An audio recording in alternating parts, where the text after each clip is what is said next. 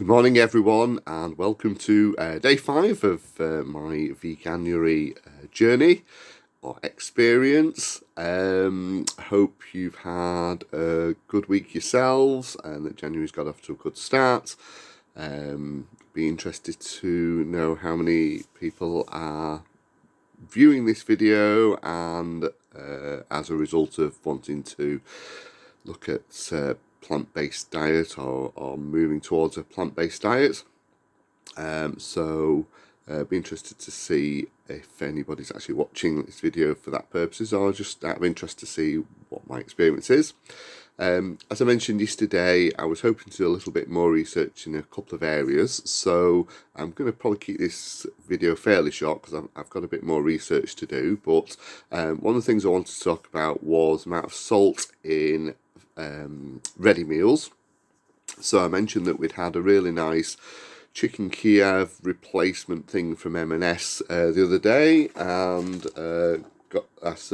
kept the packaging, and the amount of salt in the per 140 gram Kiev was 2.45 grams. So I didn't know how to baseline that against what you would expect in a normal chicken Kiev.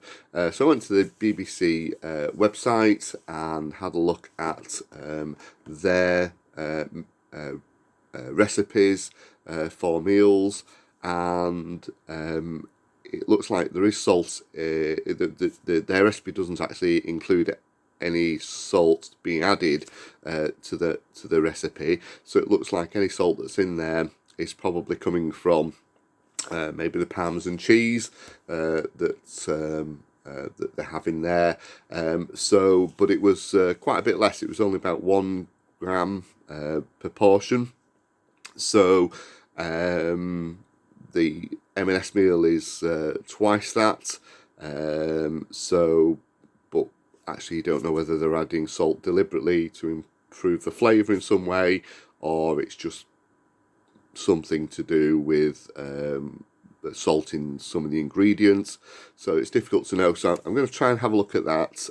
Maybe what I might do is try and have a look at some chicken Kiev ready meals and then see what the salt level in those actually is. So I'm going to look into that at some point. Might have run out to shops to have a look.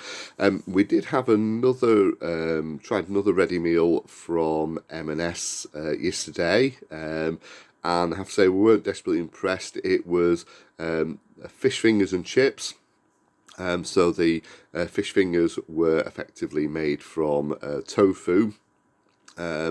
And I have to say we just weren't impressed with them. They didn't really particularly have any flavour to them, and the consistency was really poor. There was no binding material for the breadcrumb covering, so the fish fingers pretty much disintegrated as soon as you cut into them. So we weren't very impressed with that. As I say, I'm always slightly concerned when supermarkets are trying to come up with things that are replacing something else that you might have normally eaten as a non-vegan.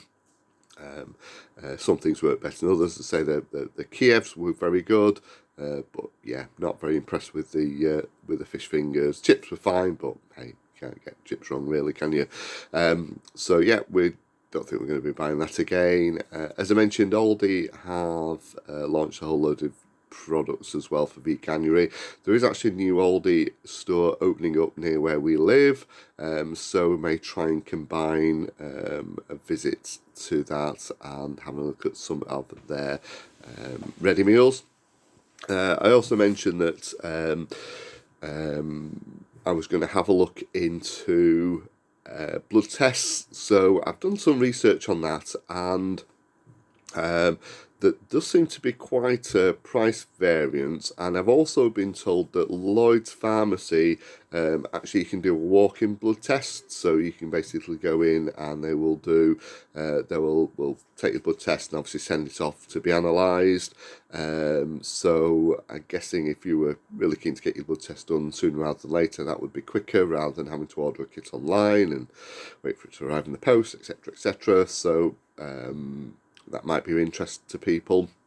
In terms of the tests themselves, I was interested in the diabetes test.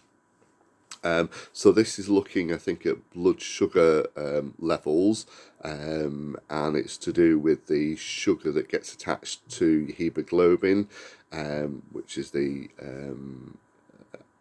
red blood cells.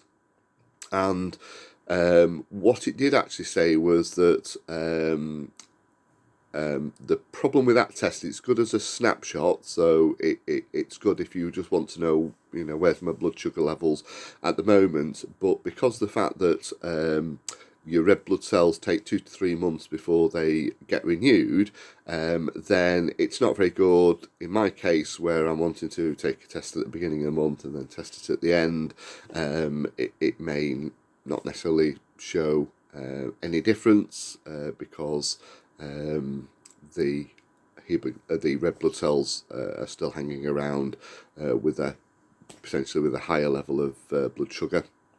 So I'm not entirely sure. That might be a good test to do initially, but then maybe omit that test at the end of the month. So I'm going to have a look at that probably today, and as I say, then I could potentially order a test online tomorrow, and hopefully that'll arrive Tuesday, and then I can get that sent off and see how we go on. So the other thing I'm going to have a look at is my wife bought a load of veg from the veg shop yesterday, so we're going to see what delights there are in the bag. We basically just take a really strong carrier bag with us, and the veg just gets dumped in there, which is great. So there's very little packaging associated with it. Obviously all the veg comes from the wholesalers in big cardboard boxes originally, which I'm guessing can be recycled. So I have to say we've really converted to that as a way of trying to reduce plastic packaging, particularly the plastic packaging that you get with the supermarkets. So we're going to have a look at, see what's in the bag and see what delightful recipes we can cook with that, and have a look at the recipe book from the Veganuary website that got sent and see if we can make any of those. So I think we might have a bash at that. I think we're going to take the Christmas decorations down today as well, so I think we're going to be fairly busy trying to sort that out. So I've got a feeling I might be cooking later on today. So I'll let you know how we get on.